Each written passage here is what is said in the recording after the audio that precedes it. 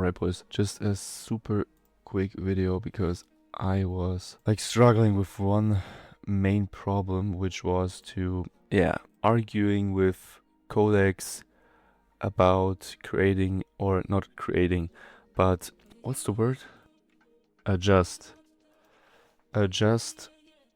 a new table inside the database, because I created another database, which before I was trying everything with Neo, right? But now I've changed it to a Supabase, and which is this one right here.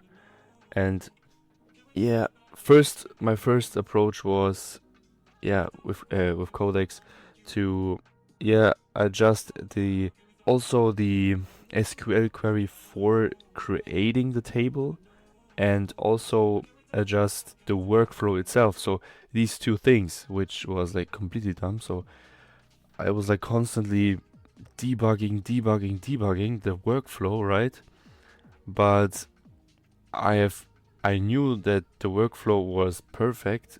Not perfect, but it was working before, like on the first table, which I was hosted locally.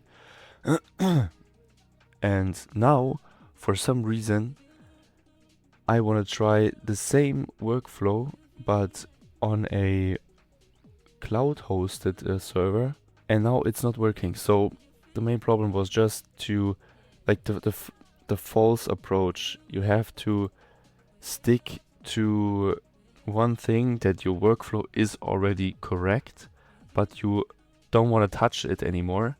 It should just change or adjust the table or row settings. Yes, so that is insane. Literally, I spent like so many hours today just for this thing.